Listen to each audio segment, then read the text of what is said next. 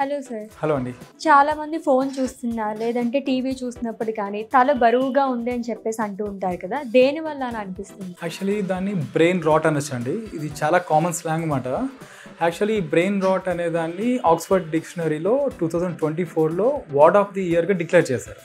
అంటే గంటల తరబడి మన షార్ట్ ఫామ్ కంటెంట్ అంటాం. అంటే రీల్స్ కానీ షార్ట్స్ కానీ చూసినప్పుడు ఈ బ్రెయిన్ అనేది హెవీగా అయిపోతుంది, అంటే హెడ్ హెవీగా అయిపోతుంది అనమాట. సో దాన్ని బ్రెయిన్ రాట్ అంటాం అన్నమాట. సో ఇక్కడ ఏమవుతుంది, దీని వెనుక ఒక సైంటిఫిక్ రీజన్ కూడా ఉంది మనకి. ఇక్కడ ఏమవుతుంది, కంటిన్యూస్గా గంటల తరబడి ఈ షార్ట్ ఫామ్ కంటెంట్ చూడడం వల్ల ఈ మన బాడీలో డోపమైన్ అనే హార్మోన్ ఉంటుంది కదా, కంటిన్యూస్గా హిట్ అవుతుంది అనమాట. దానివల్ల ఏమవుతుంది, ఈ బ్రెయిన్ అనేది ఎగ్జాస్ట్ అయిపోతుంది, అంటే అలసిపోయినట్టు అయిపోతుంది అనమాట. సో దీన్నే మనం బ్రెయిన్ రాట్ అంటాం అన్నమాట. సో దీనివల్ల ఏమవుతుందంటే మనకి ఈ బ్రెయిన్ రిలేటెడ్ ప్రాబ్లమ్స్ వచ్చే ఛాన్సెస్ ఉంటాయి. మనకి యాంగ్జైటీ కావచ్చు, మూడ్ స్వింగ్స్ కావచ్చు, అలానే కొన్ని హెడేక్స్ వచ్చే ఛాన్సెస్ ఉంటాయి. సో ఇవన్నీ కూడా ఛాన్సెస్ ఉన్నాయన్నమాట మనకి. సో ఈ గంటల తరబడి ఈ షార్ట్ ఫామ్ కంటెంట్ చూడడం వల్ల సో హెడ్ హెవీ నంబ్ అయిపోతుంటుంది కదా.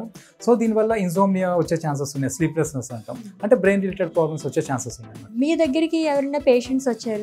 ఈ ప్రాబ్లంతో చాలా మంది వస్తారండి. సో ఇక్కడ ఏం చేస్తామంటే ఫస్ట్ లైఫ్ స్టైల్ చేంజెస్ అంటాం. ఎందుకంటే మనకి ఇక్కడ నుంచి స్టార్ట్ అవుతుంది కదా, short form text, videos, reels, ఈ షార్ట్స్ చూడడం వల్లే కదా. సో ఇవి బెటర్ అవాయిడ్ చేసుకోమని చెప్తాం. దాంతో తర్వాత ఏంటంటే సిమ్టమ్స్ కొన్ని రోజులు ఉంటాయి అవాయిడ్ చేసినప్పటికీ కూడా. దీనికి ఏం చేస్తామంటే ఆస్టియోపతిలో సిఎస్టీ అంటాం.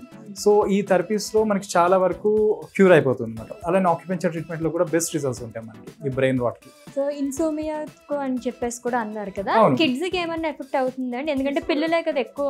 నోవేడేస్ అదే అంటున్నాండి, అంటే ఏజ్తో సంబంధం లేదు, ఎవరికి ఎనీ ఏజ్ ఎఫెక్ట్ అయ్యే ఛాన్సెస్ ఉంటాయి. ఈవెన్ 10, 11, 12 ఇయర్స్ నుంచి కూడా చాలా వరకు. ఈవెన్ 12 ఇయర్స్లో కూడా ఈవెన్ మేము సర్వికల్ స్పాండిలైటిస్ చూస్తున్నాం, and neck movement restrictions, even head ache. Last time మాకు ఒక కేసు వచ్చింది ఒక 6 months బ్యాక్. ఒక 11 years బాబు ఏమైందంటే కంటిన్యూస్గా ఈ పబ్జి గేమ్ చూసి కంటిన్యూస్గా హెడేక్ మాట. అండ్ ఈవెన్ ఐస్ విజన్ కూడా బ్లర్రీ విజన్ అయిపోయి మా దగ్గర తీసుకొస్తే మేము న్యూరాలజిస్ట్కి రికమెండ్ చేస్తాం. ఎందుకంటే ఒక ఇద్దరు బ్యాలెన్స్ కూడా లేదు, కోఆర్డినేషన్ కూడా లేదు. సో ఇక్కడ ఏమైందంటే న్యూరో డాక్టర్కి సజెస్ట్ చేసి వాళ్ళ ట్రీట్మెంట్తో పాటు మేము ఇచ్చే ట్రీట్మెంట్స్ కూడా తీసుకోవడం జరిగింది. ఎందుకంటే అంత క్రానిక్ స్టేజ్కి వెళ్ళిపోవడం జరిగింది అనమాట. సో ఇక్కడ ఏంటంటే యూస్ చేద్దామని చెప్పము, కాకపోతే లిమిట్, దానికి ఒక లిమిట్ అనేది ఉంటుంది. అలా యూస్ చేసుకుంటే ఇబ్బంది ఉండదు మనకి.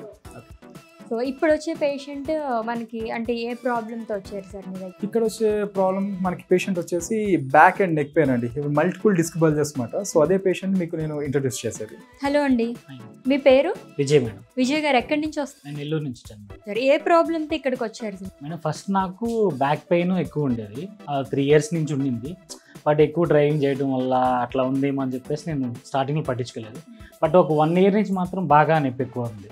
అంటే నడువు నొప్పి రావటం, అలా కాలు తిమ్మెరలు రావటం, ఇలా చేయి పట్టేసినట్టు అవటం అలా జరిగింది. తీసుకున్నాను. మా ఏరియాలో కూడా చాలా మందికి వెళ్ళి కలిసి చూపించాను, కానీ నేను అవ్వలేదు. అయితే ఒకసారి సడన్గా ఇన్స్టాగ్రామ్ చూస్తున్నాను. ఇన్స్టాగ్రామ్ చూస్తూ నాకు రీల్ చూశారనమాట. చూసిన తర్వాత ఎందుకు అనిపించింది, లాంగ్ అయినా సరే దూరం అయినా సరే వెళ్దాం, ఒకసారి వెళ్ళి చూద్దామని చెప్పి వచ్చాను. ఇక్కడ వచ్చి నేను మళ్ళీ మా నెల్లూరు కూడా వెళ్ళలేదు. 10 days ఇక్కడ మా ఫ్రెండ్ వాళ్ళ రూమ్ ఉంటే ఆ రూమ్లో ఉన్నాను అనమాట. ఉండి 10 days ఖచ్చితంగా సార్ వాళ్ళ దగ్గర ట్రీట్మెంట్ చేసుకున్నాను. వచ్చాక రాకముందు నాలో ఎంత మార్పు జరిగిందంటే నేను నిజంగా మనస్ఫూర్తిగా సార్కి థ్యాంక్స్ చెప్పుకుంటున్నాను.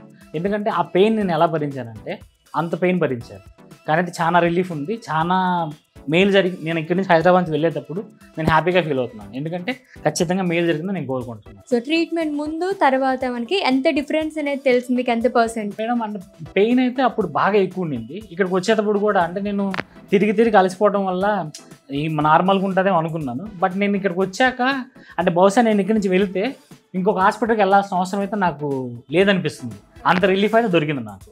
సో అది మాత్రం నేను అంటే దేవుడు మనం ఫస్ట్ మనం దేవుడికి దండం పెడతాం, రెండో ఎవరికైనా దండం పెడతాం నా డాక్టర్కే. నేను మనస్ఫూర్తిగా సార్కి దండం పెట్టి చెప్తున్నాను, చాలా రిలీఫ్ అంటే చాలా రిలీఫ్ దొరికింది. Thank you sir. Thank you అండి. Thank you so much.